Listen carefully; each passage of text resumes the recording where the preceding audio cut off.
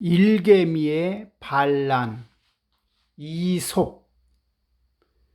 고대 그리스의 우화 작가로 아이소포스 혹은 이솝은 기원전 약 6세기에 살았던 고대 그리스 사람으로 알려져 있으며, 그의 이름을 따서 모아놓은 이솝 우화는 세계에서 잘 알려져 있습니다. 이 책은 장진호 저입니다. 이솝 우화의 동물들을 보면 주연 배우로 앞에 그림과 같은 동물들이고, 주연 배우는 아래 그림 같은 배우입니다. 이솝 이야기 그리고 일개미의 반란입니다.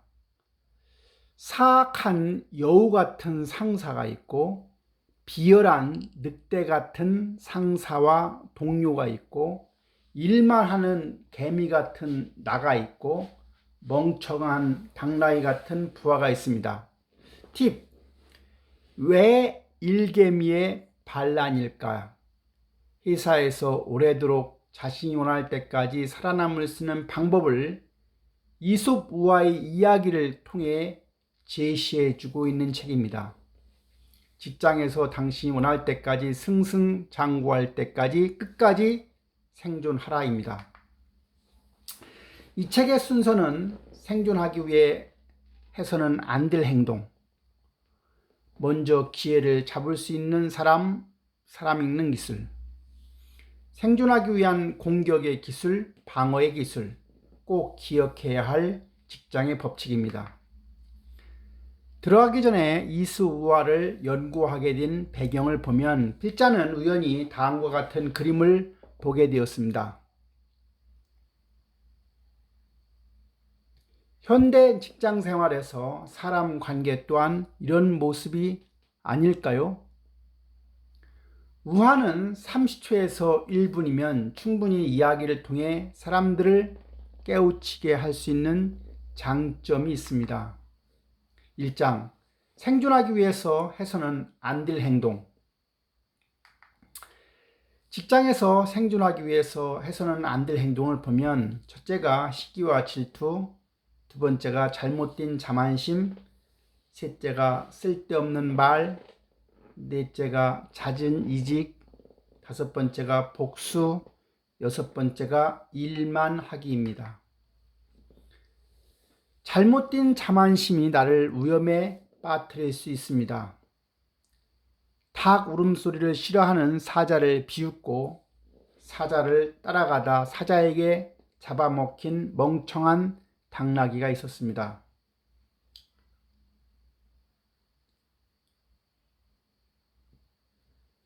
바로 여기서 사자는 팀장이고 닭은 과장이고 당나귀는 사원입니다. 직장 생활에서 다른 사람이 한다고 나도 할 수 있다고 생각하는 것은 자신감이 아니라 잘못된 자만심인 겁니다. 직장은 옮길수록 점점 힘들어집니다. 벽돌 공장, 힘들어 죽겠어요. 제발 주인 좀 바꿔주세요. 그럼 가죽 공장으로 가거라. 널 위해 준비된 회사란 없습니다. 네가 준비해야 할 뿐입니다. 회사를 옮겨야 할 상황이라면 현재의 회사에서 자신이 잘못하고 있는 점, 부족한 점 등을 충분히 되돌아보고 이를 정리한 상태에서 새로운 직장으로 옮기는 절차가 필요한 겁니다. 열심히 일하는 것이 오히려 자신을 죽일 수 있습니다. 자신에게 해가 되는 행동을 지속적으로 반복하면 결국 그 화는 고스란히 자신에게 돌아옵니다. 그래서 끊임없는 자기 개발을 하라는 것입니다. 직장에서 생존하기 위해 위해 지켜야 할 일, 중재 당하지 마라, 상사에게 공을 돌려라, 쓸데없이 출근하지 마라, 위계 질서를 뛰어넘지 마라, 다른 사람의 명예를 가로채지 마라, 단기 성과에 집착하는 간부는 필요하기다. 성과로 칭찬받았을 때는 상사에게 공을 돌려라. 상사를 먼저 생각하는 여우가 되어라. 상사에게 돌린 공은 다시 나에게 돌아오는 법이다. 위계 질서를 뛰어넘어 뭔가를 이루려 하지 마라. 목표는 분명하지만 절차를 제대로 세우지 않아 물을 몽땅 들이마셔서 배 터져 죽은 개의 이야기입니다. 직장에서 위계 질서를 뛰어넘는다는 것은 대단한 위험입니다. 목표를 달성하기 위해서는 목적, 전략, 프로세스, 기간 등을 체계적으로 기획하고 실천해야 합니다. 2장, 먼저 기회를 잡을 수 있는 사람 읽는 기술. 너는 누구냐? 사람 읽는 기술을 보면 어려운 상대는 직접 부딪히지 말고 원군을 찾아라. 과격한 말을 잘하는 사람은 믿지 마라. 신입사원은 무조건 잘 대해주어라. 조직의 지위와 자신의 능력을 혼돈하지 마라. 나의 장점을 단점이라고 말하는 사람을 믿지 마라. 선동하는 사람을 믿지 마라. 자신에게 중요한 것을 남에게 강요하지 마라. 일을 가르치지 않는 상사 밑에서 일하지 마라. 때로는 하얀 거짓말이 필요할 때도 있다. 거짓 칭찬을 조심하라. 나를 공격하는 사람을 고마워하지 마라. 호의를 악의로 생각하는 사람은 도와주지 마라. 가까운 사람을 다치게 하는 사람을 조심하라. 조직의 룰은 공평하지 않다. 조직 생활에서 절대로 믿어서는 안 되는 사람. 승진하기 위한 지정의 법칙. 신입사원에게는 무조건 잘해줘라. 직장 생활이 편해진다.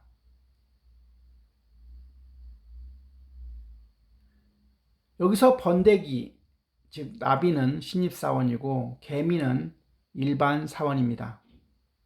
직장에서 만나는 사람과는 10년, 20년 긴 관계를 형성하게 됩니다.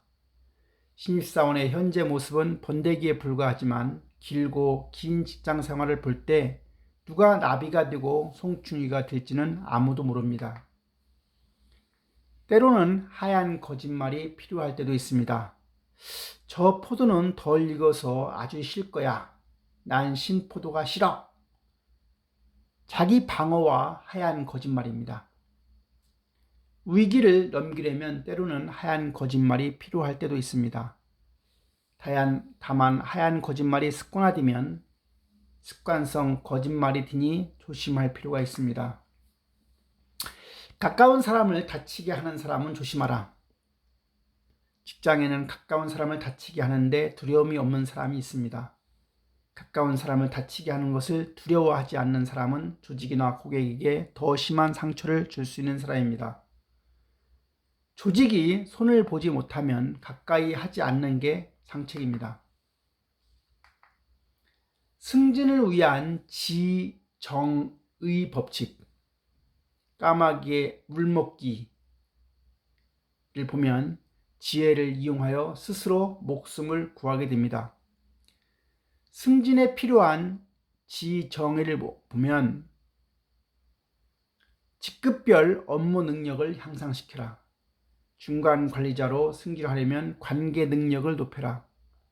상사와 부하 직원에게 신뢰받을 수 있는 사람이 되어라. 때에 따라서 웃사람에게 딸랑딸랑도 필요할 때가 있습니다.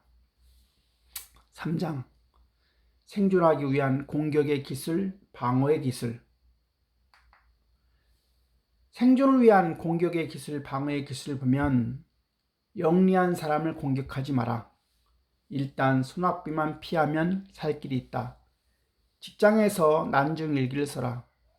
솔직함이 최고의 무기가 될 수 있다. 부하 직원 손에 죽는 상사는 없다.